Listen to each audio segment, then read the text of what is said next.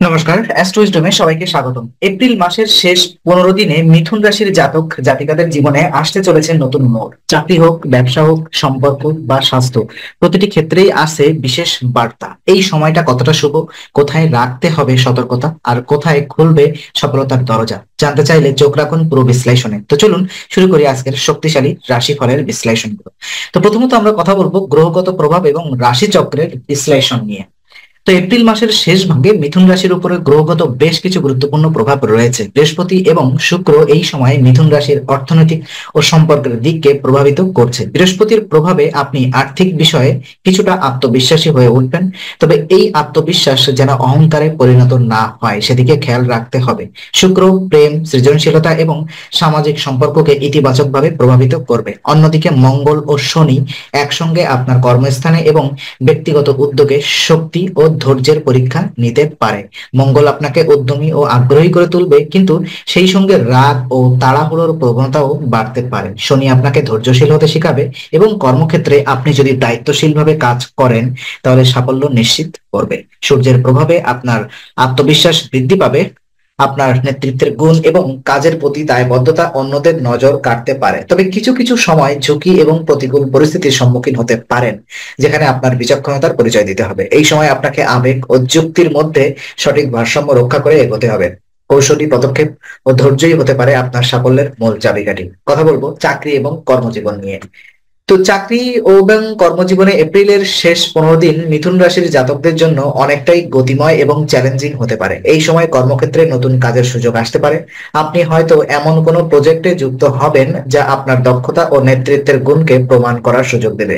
অফিসে আপনার কঠিন পরিশ্রমের ফলস্বরূপ আপনি উচ্চতর কর্তৃপক্ষের কাছে থেকে প্রশংসা পেতে পারেন।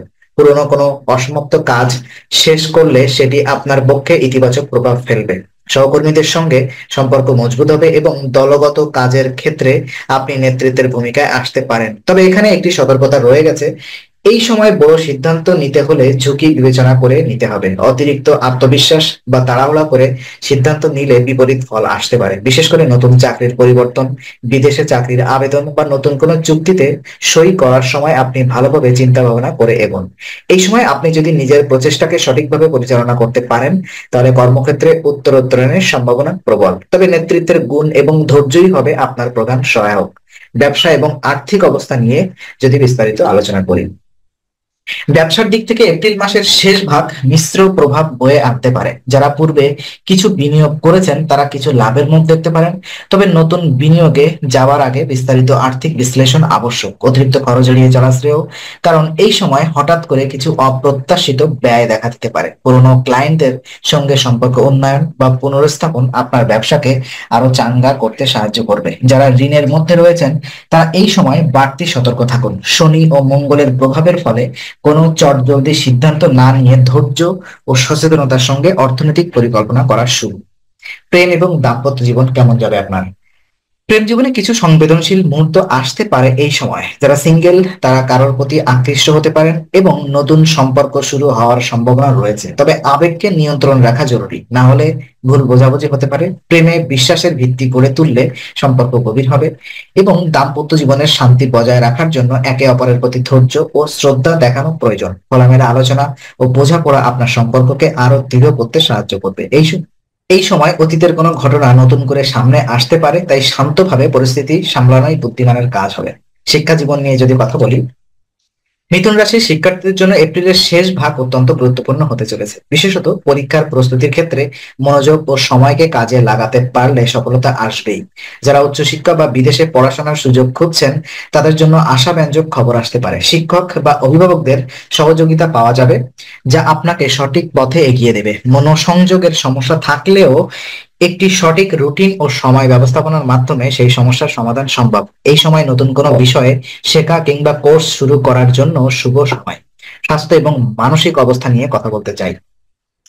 তো এই সময় শারীরিক ও মানসিকভাবে কিছুটা ক্লান্তি অনুভব করতে পারেন, বিশেষ করে যারা অনিয়মিত ঘুম বা খাদ্যাভ্যাসে অভ্যস্ত তাদের মধ্যে দুর্বলতা বা স্নায়বিক চাপ দেখা দিতে পারে। মাথা ব্যথা, চোখের ক্লান্তি কিংবা হালকা গ্যাস্ট্রিকের সমস্যা হতে পারে। মানসিক চাপ কমাতে নিয়মিত মেডিটেশন, যোগ ব্যায়াম কিংবা প্রাতঃভ্রমণ অত্যন্ত উপকারী হবে। সময় মতো বিশ্রাম ও পুষ্টিকর খাবার গ্রহণ করলে শরীর ও মন দুইই ভালো থাকবে।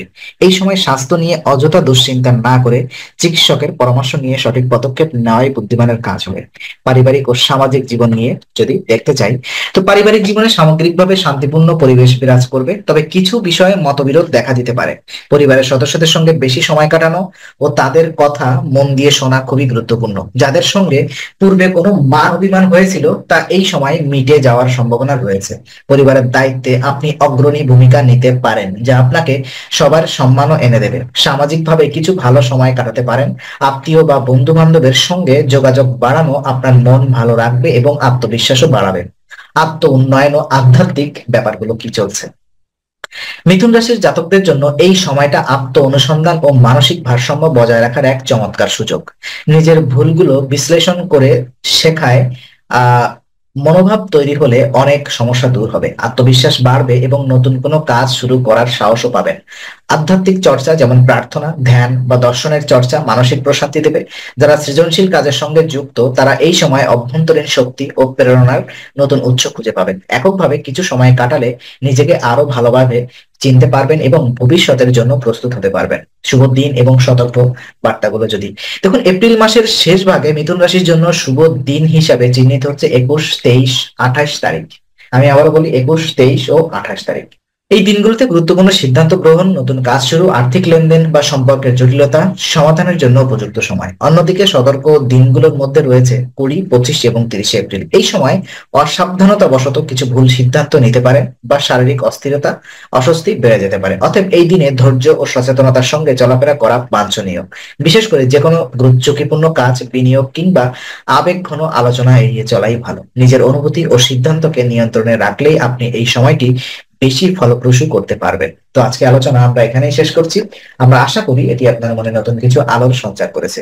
যদি ভিডিওটি আপনার ভালো লেগে থাকে তবে লাইক দিতে ভুলবেন না। আপনার মতামত জানাতে কমেন্ট করুন এবং প্রিয়জনদের সঙ্গে শেয়ার করে তাদের জীবনেও আলোর বার্তা পৌঁছে দিন। আর অবশ্যই আমাদের চ্যানেলটি সাবস্ক্রাইব করুন, কারণ এখানে আমরা প্রতি মুহূর্তে নতুন আলো ও জ্ঞানের কথা নিয়ে আসি। আবার দেখা হবে, ততক্ষণ ভালো থাকুন, শান্তিতে থাকুন। নমস্কার।